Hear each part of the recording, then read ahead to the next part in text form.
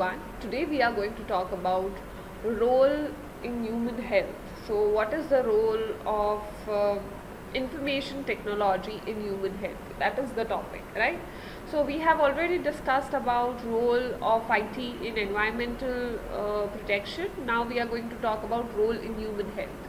So first of all, human health. What do you mean by human health? So WHO describes health as a state of complete physical, mental and social well-being, and not merely the absence of disease or infirmity. So health is not about being physically healthy, right? It's all mixture of physical, mental and social well-being, right? Suppose if I am physically fine but mentally I am disturbed, then I am not in a healthy state, right? So innovations leading to converging of IT and life science, creating vast qualities of data. So how human health can be preserved, conserved and made better using information technology, how information technology is helping in that. So health information technology provides the umbrella framework to describe the comprehensive management of health information across computerized systems. Helps in exchange between consumers, providers, government, quality entities and insurers. Right, so I'll just give you a simple example. Earlier, a lot of people were suffering from diabetes, right? So the information was given to some companies that in India these many people are suffering from diabetes, and because of that they invented the machine in which you can measure the diabetes at home. So as in India the population is more and more people are affected through diabetes in India, right? So the machines here are working more, right? So they have invented machines of how you can measure the diabetes at your home, right? So that became very quick selling in India, because here the data which was got to the company that here in India there are maximum people who suffer from diabetes. So database is very much important. So that database is collected through information technology, right? Earlier it was manual, nowadays information technology has been utilized to collect that data.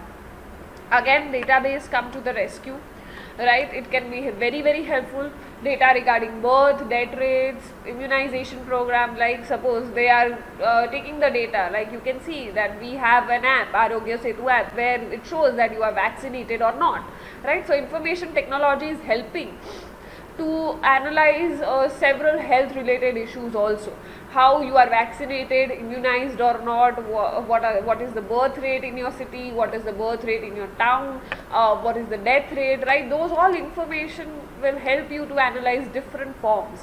Information and statistics about disease like malaria, fluorosis and AIDS. So if it is happened that, like suppose during the situation of pandemic coronavirus, in the Arogya Setu app it was clearly shown that the person at 2 kilometers of range has coronavirus. So you have to be aware that you should not move around in your area, or you should sit home, get isolated, so that you don't get coronavirus if in your surrounding if the virus is increasing. So if it means if in your society you can see it from the app that these many people have got coronavirus, that means you have to be alert that you also don't get coronavirus. So information technology is helping in such way. DNA database, genetic information about population, medical records, fingerprints can be stored and accessed, right? So as you can store fingerprints, right, which is a part of your body, right, it can be helpful for several things, right, to identify criminals. So many things can be helpful. If the criminal is changing his face by using plastic surgery, but by fingerprints you can identify that this is this person, right? So biological database has been collected. There is a protein bank, as you can see it is written here, PDB, protein data bank. National Center for Biotechnological Information contains several databases which stores genome data, protein data, genotypes, nucleotides. The National Center for Biotechnology Information, Advanced Science and Health by providing access to biomedical and genomic information. Several other databases including PCR database, metabolic and signal pathways, RNA, proteomics, protein interaction database. So these are some biological database which can be kept in computer. You can analyze it also, right, and you can identify that this person has got this disease. So nowadays, whenever you go for blood reports, right, and if you put some value that your hemoglobin is 10, right, so automatically in the computer software a report will be generated that if your hemoglobin is less than 10, it will itself type that you have lesser hemoglobin, you should take care of your health, what kind of things you can eat to increase your hemoglobin. So that kind of softwares have been developed, right? So that can be very very helpful. It reduces the time and energy of the person who is doing such kind of work. Global burden of disease is a comprehensive regional and global assessment of mortality and disability from major disease, injuries and risk factors. So nowadays health and information technology has increased so much. You can see that whenever a woman is pregnant, she goes for a 4D scan, which is a part of technology, right, in which it shows that if the child has some or any other deformities, and if you want to abort it, you can abort it. So if the ears are not developed or the child has not developed proper hands or proper legs, you can think of it and you can abort the child. So that will result into saving uh, children from being abnormal, right? So commissioned in 1990 between hundreds of experts, helped in estimating the spread and prevalence of disease and major cause of death worldwide.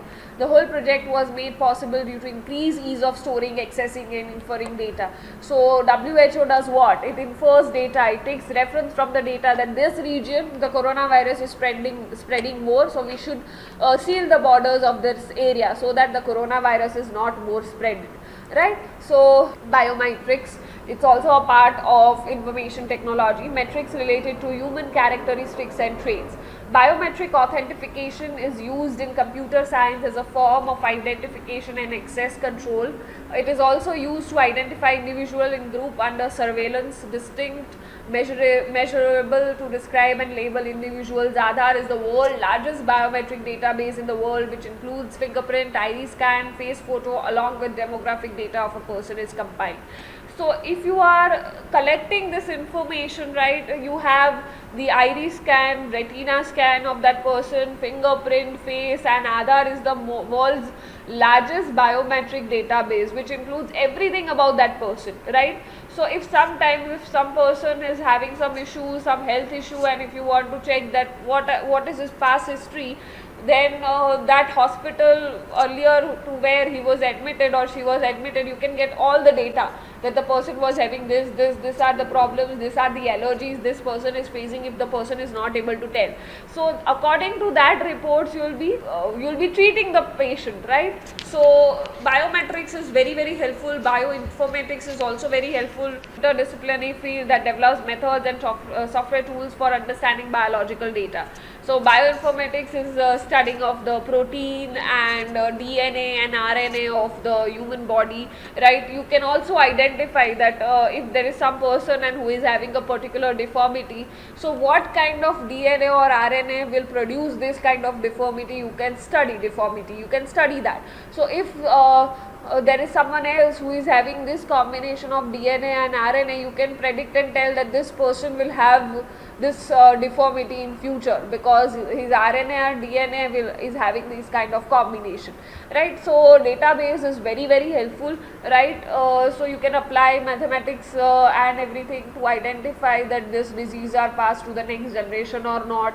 These people will pass these diseases to the next generation, so they should stop having children, or what kind of methods one should have to solve this problem, right? So telemedicine, so use of telemedicines and information technology in order to provide clinical care at distance. So sometimes it is not possible for the doctors to move from one place to another place, and if you want, some surgeon is needing the assistance of some surgeon in Mumbai, right? He is specialized in that and he is not able to come to Ahmedabad. So you can, by telemedicine, by information technology, you can help the doctor to do the surgery, and it can be very very beneficial. Benefit remote regions with specialists living far away.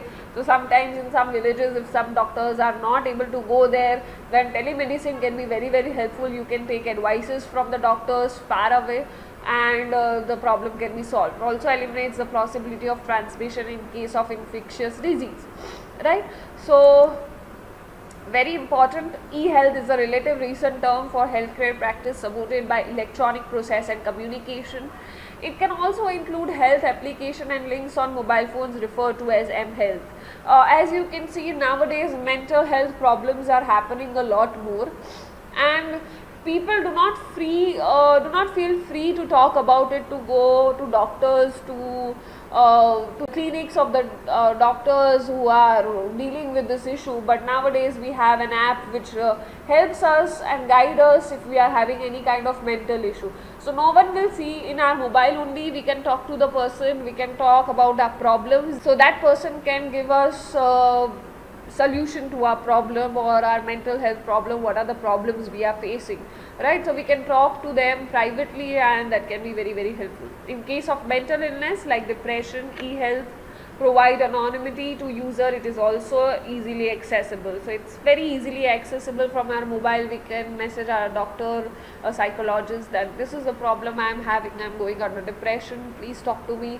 So you can talk to someone, you can get medicines, or you can get some support and motivation. So it is gaining momentum in academic research as well as in psychological clinical work, family and marriage therapy, and mental health counseling.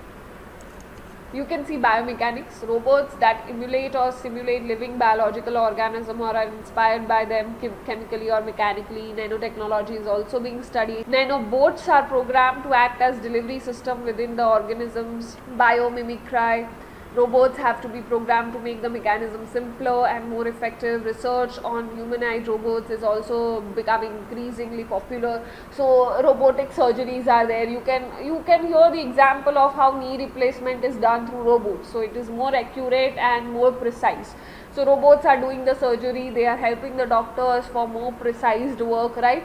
So biomechanics is a part of generating robots which can be helpful in the health sector, right? So broadcasting, one of the major role of IT, telecommunication, it helps in spreading awareness. Media is one of the part of information technology. Right now social medias are very helpful, right? So recently Ebola outbreak has been extensively covered and reported, and even corona outbreak has been extensively reported and covered, so that people are aware. Villages also people are aware because of the mobile phone, that we should not do this, we should wear masks, we should sanitize ourselves. It's just because it's not only newspaper who is marketing it, but information technology is very helpful in that. So controlling the disease, how IT can be helpful. Isolation is one of the major steps for highly infectious disease in the ongoing coronavirus containment. Spreading awareness was the first step taken, and that is done through information technology. This reduces the panics and provides information about prevented and if infected treatment options. Several airports in many countries screen head passengers for high temperature and other symptoms by thermal sensors. So the thermal sensor will sense it, that information is passed to computer will show that the person's temperature is above certain degrees, so that person is having fever, you should not allow him to move, that person is probably having coronavirus. So this is where IT is helpful, right? So biological equipments, most of the equipments are helped in diagnosis, run through programs and algorithms. These machines make user friendly and time saving, right?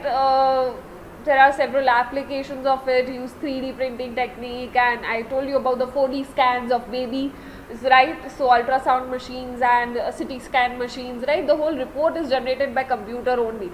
The doctor reads the software's information and says, okay, yeah, this is correct, I am signing it, right? So it saves the time of the person. The doctor does not need to analyze each and everything in the report. The software itself analyzes that if there are this symptoms, the person might be having this disease, right? So the rapid growth of IT, the conclusion mainly is that the rapid growth of IT and highly qualified manpower in India are bound to have positive impact on Earth's environment and healthcare. With the help of IT, we are able to note down the ongoing changes, or we can predict things that are going to happen in future. So we can predict the deformities, we can predict that this person will be mentally abnormal, this person will be physically abnormal, we can predict the disease, right? You can predict so many things with the help of IT, with the help of data and with help of data analysis. Thank you for watching this video.